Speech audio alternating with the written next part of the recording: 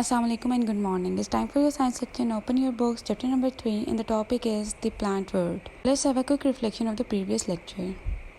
The classification of plant. Classification of plant includes the classification of plants in different groups. Today's topic is seeds and spore at page number 38. Seeds are where plants begin their life. They are like eggs in animals. Not all plants have seeds, some have spores, but more about spores later.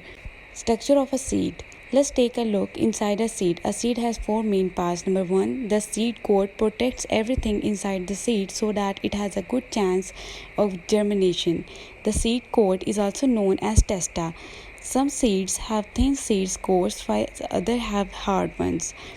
Fruit plants often have very hard seed coat. The endosperm. The endosperm is the tissue that surrounds the embryo and provides it with nutrition. Skeleton is a seed leaf that emerges from the seed when it germinates.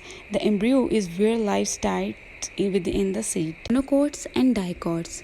Seeds of flowering plants contain either one or two cotyledon.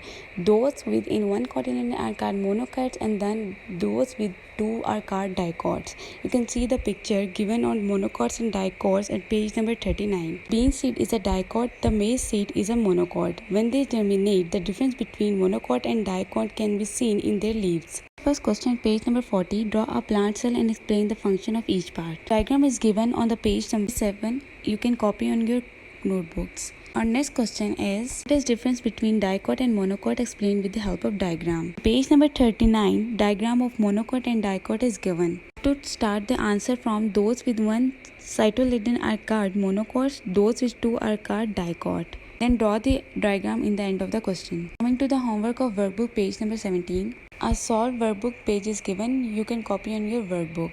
Good luck and see you in the next class. Allah Hafiz.